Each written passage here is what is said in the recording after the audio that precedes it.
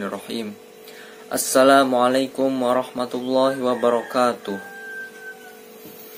Alhamdulillahirabbil alamin wa bihi nasta'inu ala umurid dunya waddin.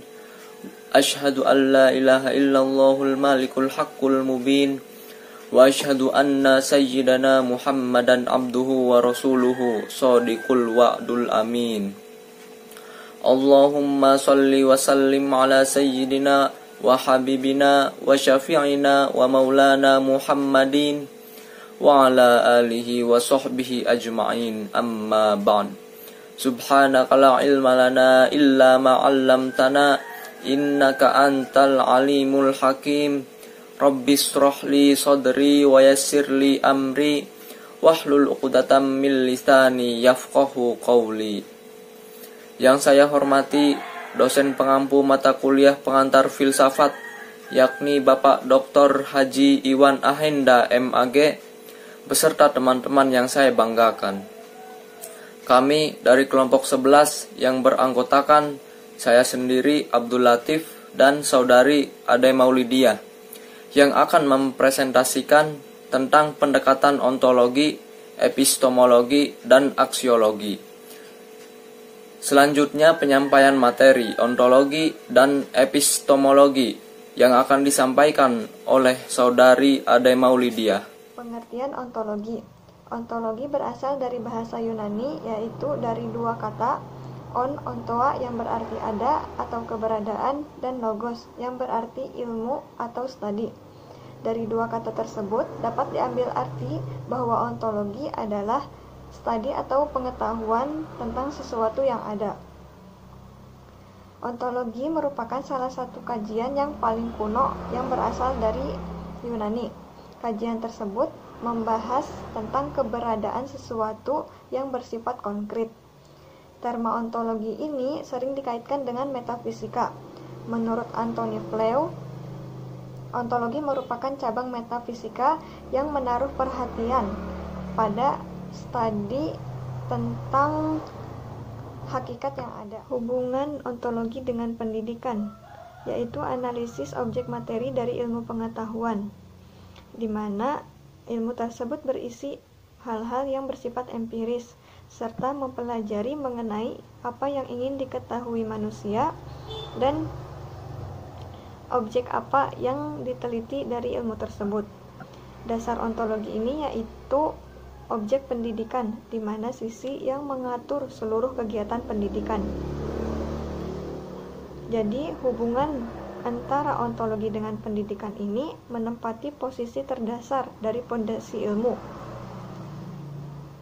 di mana disitulah terletak undang-undang dasarnya dunia pendidikan atau dunia ilmu. Selanjutnya yaitu pengertian epistemologi.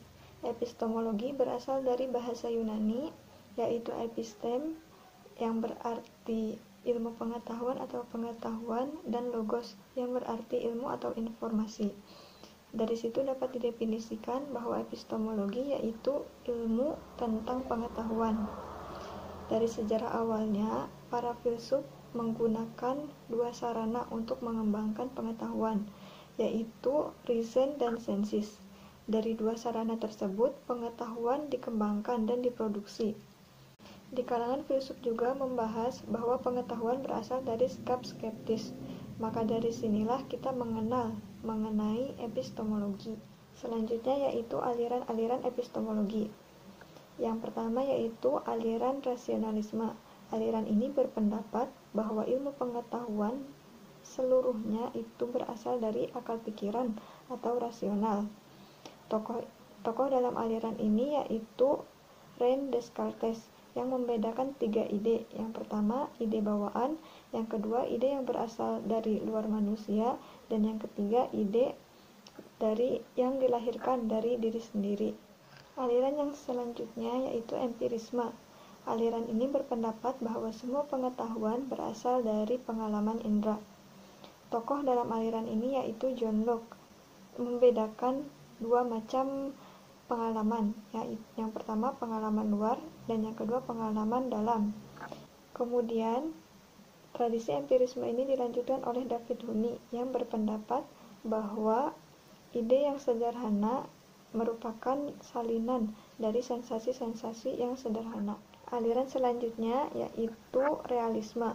Aliran ini berpendapat bahwa objek yang kita serap itu adalah nyata dari objek tersebut, tidak bergantung pada pikiran subjek. Tokoh dalam aliran ini yaitu Aristoteles, yang berpendapat bahwa realitas itu berada dalam benda-benda konkret atau dalam proses perkembangannya. Aliran selanjutnya yaitu kritisme. Aliran ini menyatakan bahwa akal pengetahuan itu berasal dari empiri, yaitu yang terdiri dari akal dan pengalaman. Tokoh dalam aliran ini yaitu Immanuel Kant, yang mensintesiskan antara rasionalisme dan empirisme. Aliran selanjutnya yaitu positivisme. Tokoh dalam aliran ini yaitu Auguste Comte, yang memiliki pandangan mengenai sejarah perkembangan umat manusia yang dapat dibagi menjadi 3 tahap. Yang pertama, tahap teologi, di mana manusia masih percaya terhadap pengetahuan atau pengenalan yang mutlak. Yang kedua, tahap metafisis, yaitu di mana pemikiran manusia berusaha memahami dan memiliki kenyataan. Tahap yang ketiga yaitu tahap positif, yaitu di mana pemikiran manusia untuk menemukan hukum-hukum yang saling berhubungan dengan fakta.